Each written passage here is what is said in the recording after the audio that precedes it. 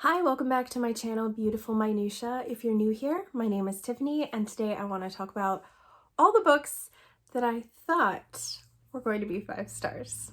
So I did a 5-star predictions video last February. I will link it so you can watch it if you want, although I am going to be talking about all the books here, so I guess you probably don't need to watch it. I know a lot of people make 5-star prediction videos in January, but because I started my channel at the very end of January, I made this video in February, and I'll probably make another 5-star predictions video for this year, also in February, because then it's like a full year, so that just kind of makes sense in my brain. So I put 10 books on this list, and out of those 10 books, there were actually 2 that I did not read. So I guess I'll talk about those ones first. So one of those books was Last Child in the Woods by Richard Louv, and this is like a parenting book, very popular in the homeschooling community in particular, and it's basically about how kids need to get outside more. I was planning on reading this. I really was. But then I just kind of like ran out of time, and also I started hearing some conflicting things about this, about it being like very dry and kind of hard to get through, so I didn't end up reading it. So will I get to it in 2022? I'm not really sure. It's not on my nonfiction list, and I already do have a nonfiction list, so we'll see. The other one I'm really sad I didn't get to, and I really do want to read it despite the fact that I'm very intimidated by it, and that's The Way of Kings by Brandon Sanderson. I am planning on reading this year. It's just really big. You know, it's like over 1,000 pages, and that kind of scares me a little bit. And so I'm not super big into fantasy. I mean, I really enjoy fantasy, but when it comes to high fantasy, I haven't read that much. But what I have read has mostly been Brandon Sanderson, and I've really enjoyed it. Like, I've read the entire First Era Mistborn trilogy, and just like, they're some of my favorite books ever. They're amazing. So I feel like I can follow Brandon Sanderson in a high fantasy world, and it will be accessible. But there's just something about taking that initial plunge that has really intimidated me, along with the size. So if I already have an extensive TBR and I'm trying to read all kinds of stuff, adding a book that's like over 1,000 pages long just feels really scary. And I need to just get over that and just jump in and read it, because I think I will love it. And I have the first 3 books of the Stormlight archive, so I have sequels and stuff. So I really do want to get to this one this year. And I still think that this one probably would be 5 stars. In fact, I will probably put it on my 5-star predictions list for this year. Okay, so the other 8 books on my 5-star predictions list I did read, and some of them were 5 stars, and quite a few of them were not. So I think I'm gonna go in order, I guess. That seems like it makes sense. Like, I'll start with the lowest rated ones and then work my way up. I think I'm gonna start with For the Children's Sake by Susan Macaulay Schaefer. I can't remember her name. I actually don't even own this book anymore.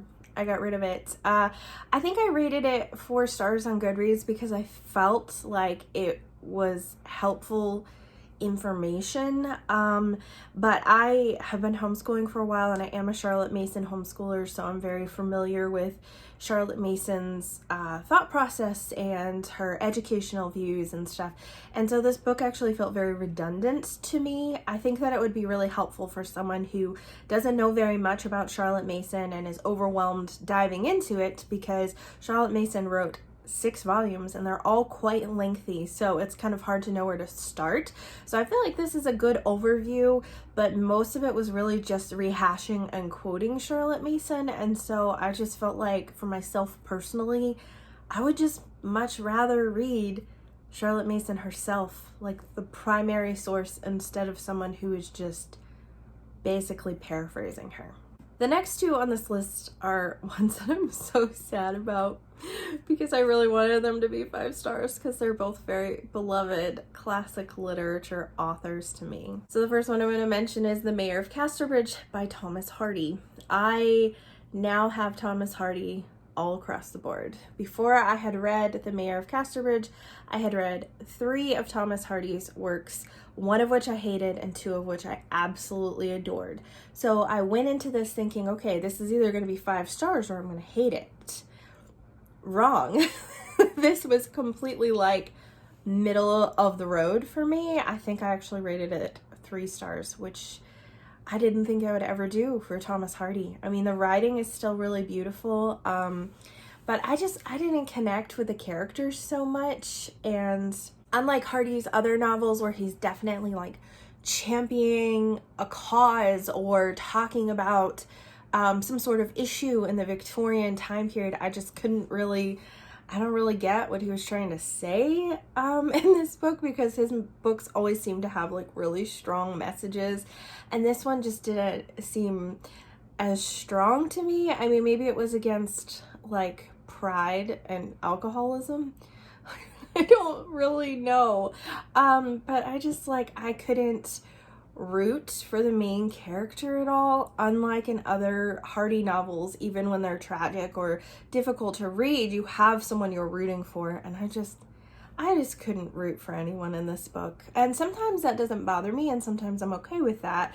But in this one, I don't know, it just was kind of disappointing and fell a little flat for me, plot-wise and character-wise. The writing was still absolutely beautiful though. This next book was the epitome of unpopular opinions, and that's Bleak House by Charles Dickens. I love Charles Dickens. He's one of my favorite authors, and I had so many people tell me that this is their favorite Dickens novel. So I read this in Victober with some friends, and that part was really nice because it made me feel very validated in my opinions, and there were people in the group who really, really loved this book, and it was one of their favorites. But then there were some people in the group who were kind of my opinion and were just like, okay.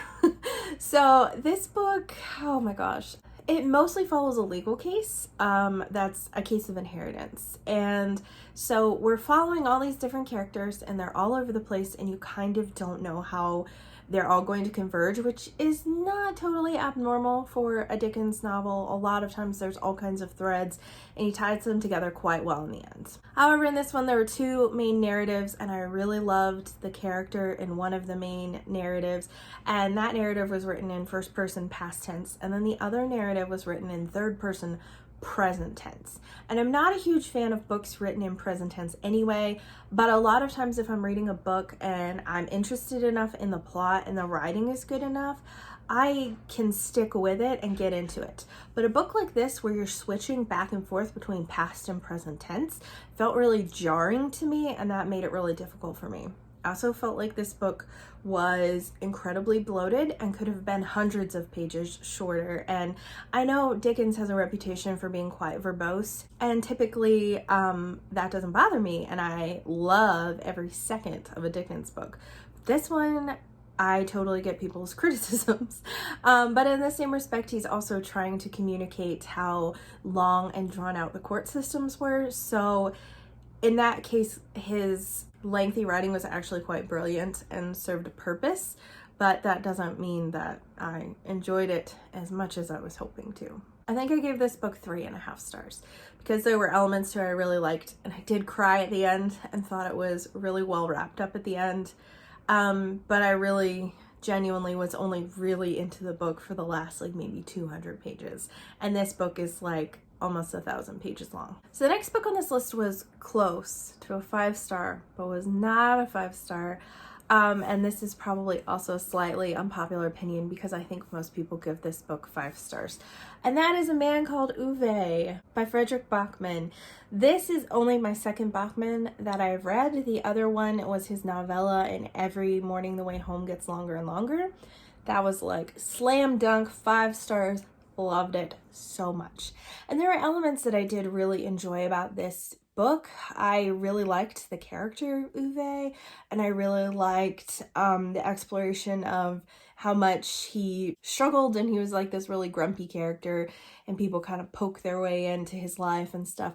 And we get a lot of backstory as to why he's the way that he is, and this book definitely made me cry at points, but it just had elements I really didn't like. I'm trying to decide how much to say because I don't want it to be spoilery, but I guess you figure out kind of towards the beginning of the book that this is an element in the book, but I wasn't prepared for how much suicide and suicide attempts were going to play a role in this book. And because I had no warning for that at all, that's something that I try to avoid in books a lot of times, unless it's mentioned in passing. But this was like very much in here, like a lot, and that made it really difficult for me to read, and I actually almost DNF'd it. So I think I give this book 4 stars because there are elements to it I loved, and I do really like Bachman's writing style. But I mean, yeah, it was just a bit much, and I'm actually planning on unhauling this book because I don't think that it's one that I want to read again, although I can see why so many people just absolutely adore this book. So if you love this book and this was a 5-star read for you, please don't be offended. I'm not saying that it's a bad book. There were just elements about it that just were not for me, unfortunately. So that means I have 4 books out of the 10 books that I predicted to be 5 stars. 4 of them actually were 5 stars. So the first one I want to mention is The Nightingale by Kristen Hanna. This was actually one of my favorite books of the year last year. It's so good. I probably don't even need to tell you that much about it because you've probably already read it. A lot of people have. A lot of people really love it. It is a World War II story about 2 sisters who are living in France at the time that Germany invades France. So, like many Kristen Hanna books, it's very emotionally brutal and difficult to read. And I actually have not read another Kristen Hanna book since this one because I feel like there's a part of me that's like still recovering from it, and I'm not ready to be like devastated again by her writing, because like lots of books made me cry, but this book made me sob and sob and sob. Like it was so devastating in so many places, but the end also made me sob because it was beautiful and redemptive. It's funny because I was just talking to my older sister. She just read this book like a couple weeks ago, and she was like, I need to take a break from emotional books because her favorite type of historical fiction is like Holocaust and World War II books, and she'd read a couple of those back to back, and the last one she read was The Nightingale, and she was like, this one was just too much. She loved it, and I do too, but it is one of those books that just makes you sob. So it's just really an excellent book, and it's interesting because I see this comparison, even though plot-wise they're not really the same. They take place in the same time period and the same kind of setting. I see The Nightingale and All the Light We Cannot See compared a lot. And I find that if someone really, really loves All the Light We Cannot See, they don't like The Nightingale as much, and vice versa. And that was definitely true for me because I read All the Light We Cannot See in 2020 or maybe 2019, one of those years I read it, and I just didn't get the hype. I didn't think it was nearly as wonderful or as beautifully written as so many people claimed that it was. And there are elements of the story that I found really weird. But The Nightingale, I just like blew me away, and it was very hyped to me, and yet it more than lived up to the hype. So I think it's really funny.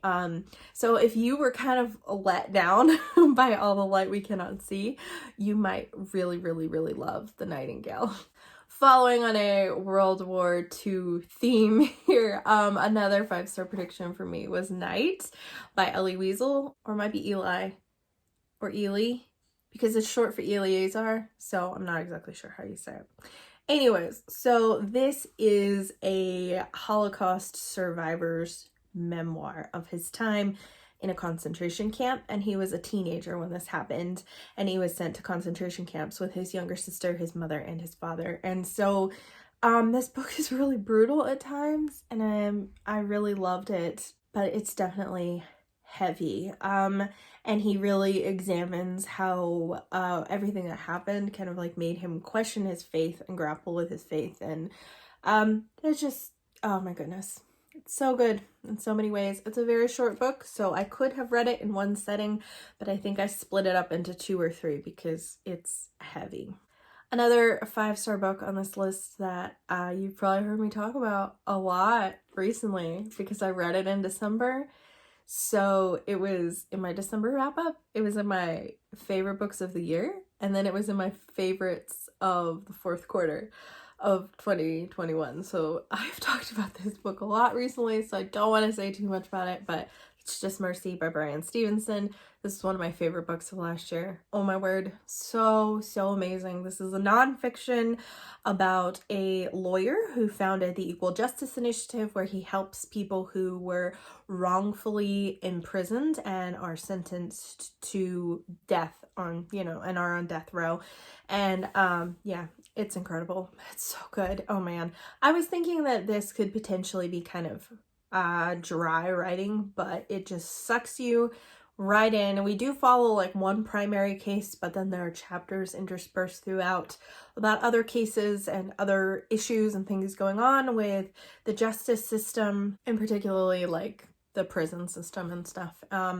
Just a very powerful read, and one that I highly recommend to anyone who lives in the United States. The last book that was on my 5-star predictions list for 2021 was All Things Wise and Wonderful by James Herriot. And I pretty much knew that this is going to be 5 stars. James Herriot has, I think, 5 books. I mean, there's more because they're in like different collections, but I think that there's like 5 main books, which starts with All Creatures Great and Small, and then All Things Bright and Beautiful, both of which I read in 2020. So I read All Things Wise and Wonderful in 2021. And then I think there's The Lord God Made Them All and Every Living Thing. So I think that those are the 5 main books. But then there's some other like collections of dog stories or cat stories or whatever that are just like chapters taken out of these books and put into different bind-ups. But I think that those 5 books are like the main ones. So I had already read the first 2, like I said, and loved them. 5 stars easily, so I knew that this one was going to be really good, and I was pretty sure it was going to be 5 stars, but I knew that it also took place after James had been drafted into the Royal Air Force, so I knew that there was like the potential for maybe it to not quite be as good as the first 2. However, James Herriot can do no wrong. I absolutely love all of his books. They're so wonderful. They are my happy place, honestly. If I have a comfort read that is like my favorite read and it's just gonna make me happy every time, it's gonna be James Herriot, like always. Like, it's just such a wonderful comfort read for me. I am an animal lover, so I love all the vet stories and I love all the science-y stuff behind it. And I love like the depiction of small town life and the descriptions of the English countryside. It's amazing. It's beautiful. I love it so much. And now I have like my whole family hooked on the new PBS All Creatures Great and Small show. It's so good. It's so good. So anyways, yeah, I was pretty sure this was going to be 5 stars and was not in the least bit disappointed by it. There you have it. Those were my 5-star predictions, some of which definitely were 5 stars and some of which were not, and some of which I just didn't read and may still be 5 stars. But I figure like it has been a year. I need to just go ahead and wrap up this list regardless of whether or not I read them all. I realize you're probably supposed to read them all before you do a wrap-up video, but it's my channel, so I guess if I want to do it in a weird way, I guess it's okay. I would love to hear from you in the comments down below if you agree with my rating or whether or not you think I should have rated something higher or lower. And I'm also curious to hear if there are any books that you thought were going to be like slam dunk, home run, like great new favorite books, and you were just like so disappointed by them, because I definitely had a couple of those on this list. Thank you so much for watching. If you like this video, please hit like and also subscribe so you can continue to see more bookish content from me, and I will see you again next time.